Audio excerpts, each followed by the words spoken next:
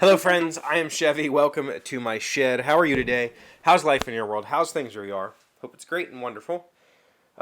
Today, I had something that I wanted to tell you. I don't exactly remember what it was, but I took some mental health time today. I worked half day. I worked the morning and then took the afternoon off. And usually for me, mental health time means getting something done. And that's what I did. We ended up taking a trip to Lowe's and purchasing 26 boxes of flooring to do the girls' rooms, and I'm going to start laying flooring soon. But I don't know if I told you this, but last week I fell down and I'm pretty sure I broke my hand. Pretty convinced that it's not a clean break, but I'm pretty sure I have a stress fracture on one of these bones. It hurts pretty bad, and it hasn't stopped. And loading and unloading those 26 boxes today really did a number on my hand. So I was hoping to work on it some today, but I didn't. I'm going to probably work on it tomorrow, try and get as much done as I can. But the real reason, so whatever got mixed up is because we just finished Death Stranding, and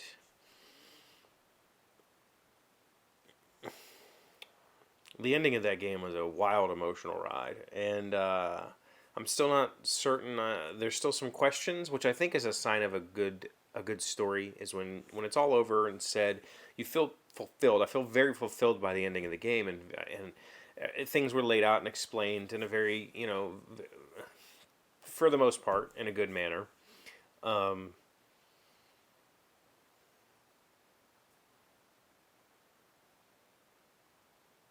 it was a lot. But I like that sort of thing. As you know, I just talked yesterday about playing Call of Cthulhu and The Sinking City. I'm still playing The Sinking City. And Death Stranding has a kind of macabre, uh, somewhat Lovecraftian feel with tentacle monsters and stuff. It's that bizarre, like, I don't know what's happening. Am I going crazy kind of stuff that I enjoy. So that gaming experience was a wild ride from start to finish. It's like you could just get hit, like, and I love when a story hits you up front with something and doesn't explain it to you immediately. Like it just lets it kind of just that's the world that we're in. And I think that Kojima in this game was able to take that standard gaming mechanic of you start off as like this little nobody, but you have a special, you're something special, whatever that is, and as you work through the game, we build and build and build on that special, and by the end, if you go back to the starting area, you're like a super elite boss. But by the end, you have all these new skills and new abilities, and Kojima was able to use the story as the foundation for all of that. So your character progression throughout the game, your new abilities, your new weapons, your new, equipment, new storylines, new threads, unfolded as part of the story. And it really was, there's been a lot of games that I've played that are essentially interactive movies, and I would say that this was one of those, but it was also way more than just an interactive movie. When I say interactive movie games, I tend to feel about a game that doesn't have a whole lot of decisions or a whole lot of play. You're just kind of watching a story unfold and making a decision here or there.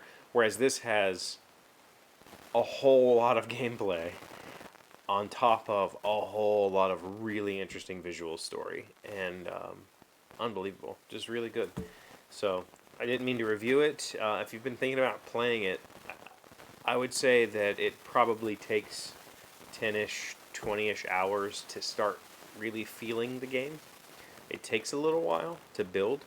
The beginning, it's very overwhelming. It feels like, is this just a pick up and delivery game? Like, is that all I'm going to do for the rest of this game? And it's not. There's a lot more going on. It just takes a while to get there. So, what a wild ride. But good. So now that that's done, I'm going to continue playing Sinking City and working on projects.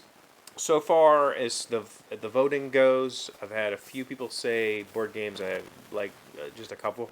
The vast majority say projects, and I'm thinking towards how I'm going to make that happen. Um, I'm very seriously looking at getting a handheld gimbal for GoPro, so that M said she would film for me if I had a gimbal, because she doesn't. We would like to have fluid motion with the GoPro, so if I can get a GoPro for the gimbal, which I found some on Amazon that are like $80 or $90, so it's not a huge expense. I'm gonna start there and use this camera for now. I would like to not use this camera. This camera is getting old. It's getting very old and very beaten, and it's very limited. I can't do anything. This only has 30 frames per second. I can't even get 60 frames per second unless I go to 720p. And I would really like to have some slow-mo for project shots, if for no other reason than stability. So getting a gimbal, I think, is number one, because I think that I can shoot decent stuff on here while having this running for kind of more of a time-lapse-y feel. So we'll see. I think we're going to make some progress on that soon. I have a list of projects that need to get done, and we'll see how it works out. So that's what I have for you today. I'm going to spend the weekend laying flooring. Thank you for being here as always. Thank you for liking, commenting, subscribing, being amazing friends and wonderful people. I really appreciate you, and I will see you on Monday. The word today is apotheosis. It's a noun meaning the culmination or highest point. Winning the Silver Gutter Award at his local bowling alley was the apotheosis of Wendell's less than stellar sports legacy. Apotheosis. APOTHEOSIS.